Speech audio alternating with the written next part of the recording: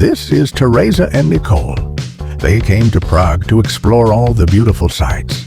Little did they know, it was going to rain, like the whole weekend. Luckily, Prague has some pretty cool indoor activities to offer.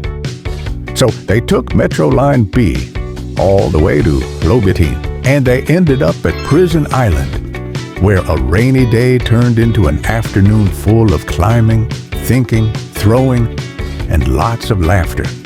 So next time it rains in Prague, skip the crowds, take the beeline, and beat the bars at Prison Island.